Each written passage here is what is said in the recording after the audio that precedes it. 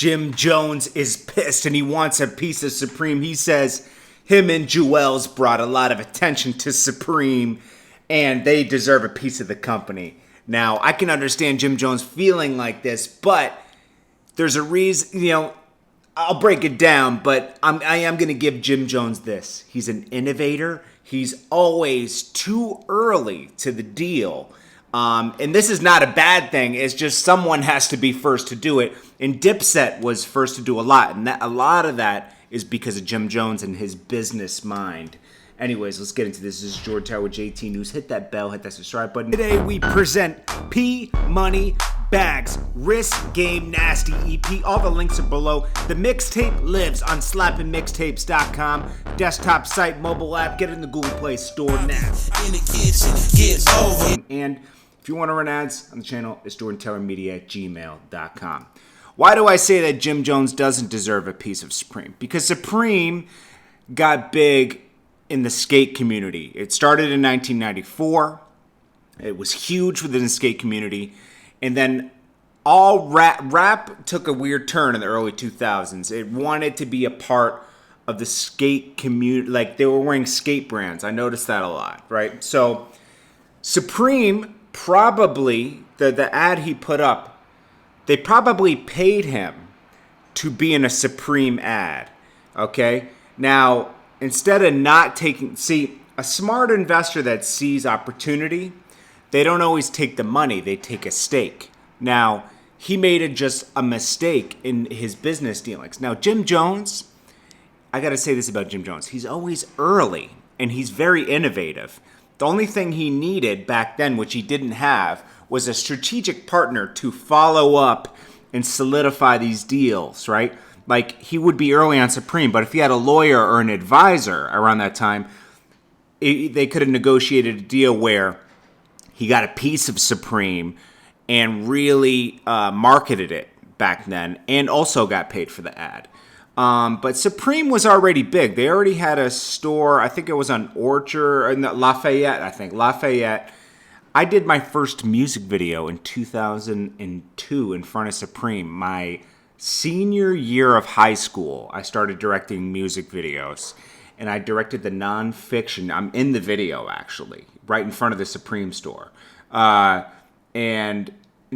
I was like 17, 18 at the time and did my first music video called Nonfiction Rock Stars. And this is in 2002. And basically, they were huge already. They had a store. They had a flagship store on Lafayette. That's big. Okay, so, but Jim Jones was savvy enough. He was the first. I think they were the first big hip hop artist to really wear Supreme because Supreme hired him for the ad. Okay, another thing Jim Jones was early on. Scissorp. Alizé was big. He was one of the first rappers to get Scissorp their own liquor called Scissorp. Now, unfortunately, all they did was take a fee from a company instead of owning a piece of Scissorp. And anyway, Scissorp had distribution problems. They didn't have a major distributor, so they couldn't get into Canada and other places. And eventually, the brand, in order to survive, they started getting people like Little Flip and some other rappers to have their own liquors under their brand, just like Dipset had. But eventually, they fizzled out. You can't compete with Alizé. They're distributed. There's two major liquor distributors, and they just didn't have the distribution. This is what happened with Ludacris's Conjure. He didn't have the right. He didn't have the right distribution. Now, the major distribution, you got with Ciroc and everything. You got Diego. That's a major distributor. United Spirits. These people will have you everywhere. These are the people that distribute Bacardi. Bacardi's its own distributor in itself, okay?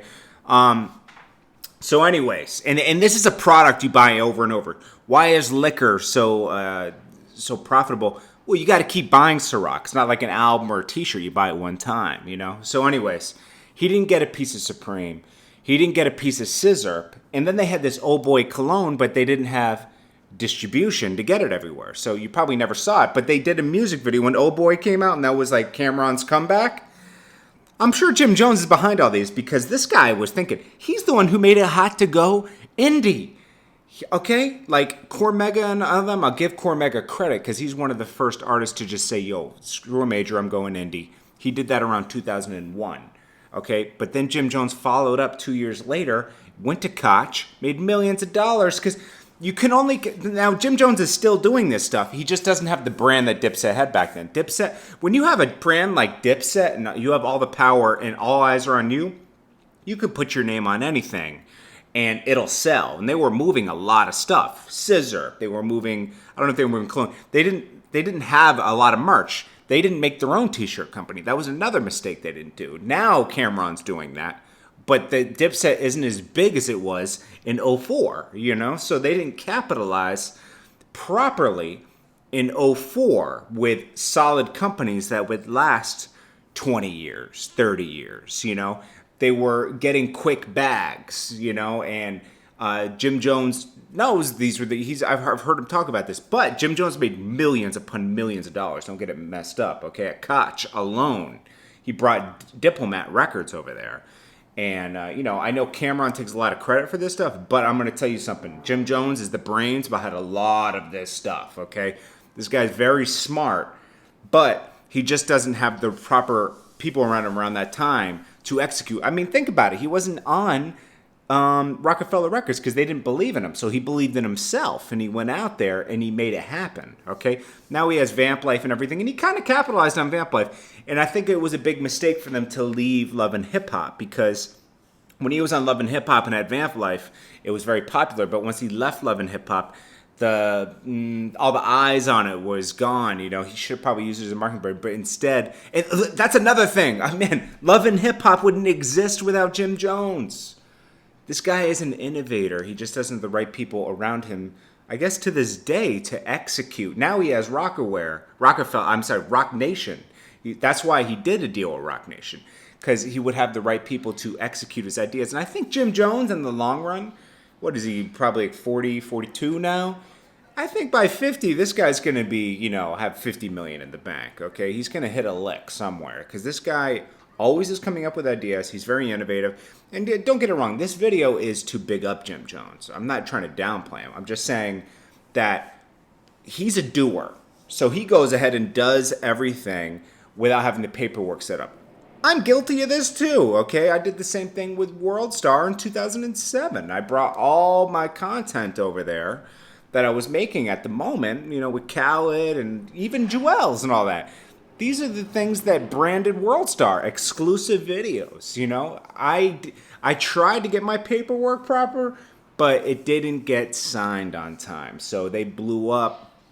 So I just used, I had a, you know, I was making money with the company, but in around 2011, I walked away, you know, because it was just, the egos were too crazy over there. So, but, you know, we were affiliated for years, and it helped my brand. You know, I said, you know what, I'm either going to like get a piece of this, which didn't work because they dodged the paperwork because it got big too fast. I made my own. This happens to everybody. I'm not faulting Jim Jones. This could happen to you. It's hard. Hindsight is 2020. It's great to look back and say, oh, I should have done that. But when you're in the moment and you're creating and you're pushing a brand forward, it's hard to stop and get your paperwork proper. And that's what you have to do. That's what we're creatives, and creatives don't always get the paperwork proper. So, you know, anyways, the caption that Jim Jones wrote before I get out of here, I don't even think I read it. I was just going on a tirade.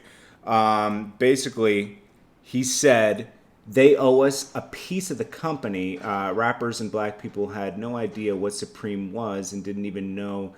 That's not totally true, but he did bring another light to it, okay? And it's not big because... Right now it's big because hip-hop, it didn't really blow up in hip-hop culture to about, I'd say 2010, 11. They weren't even doing their ads around that time. So, and I'm going to tell you, like, Jim Jones was early to the party, didn't get a percentage and everything, but it is what it is. I don't blame him. I mean, they sold for $1 billion to Carlyle Group, and my brother used to work at Carlyle Group, honestly. He was an accountant there, and He was there when the Beats deal went down. He had since left the company, but Carlyle Group is a big investment firm. They bought into Beats early. They buy into a lot of companies. They're seed investors, kind of like a Peter Thiel or something, and help the company grow, restructure, and then resell. Anyways, guys, this is just a quick breakdown. Appreciate you guys. I hope you enjoyed the video. I was just going on a tirade, but I'll check you guys in the next video. Appreciate you guys, and peace out. Oh yeah, also, I'm sorry, I didn't even end it right. It's Jordan Tower JT News. Hit that bell, hit that subscribe button, and if you want to run out of the channel, it's jordantowermedia@gmail.com. Peace. Today we present P Money Bags Risk Game Nasty EP. All the links are below. The mixtape lives on slappingmixtapes.com. Desktop site, mobile app. Get it in the Google Play Store now. In the kitchen, get over. Then I hit the corner and get over the police.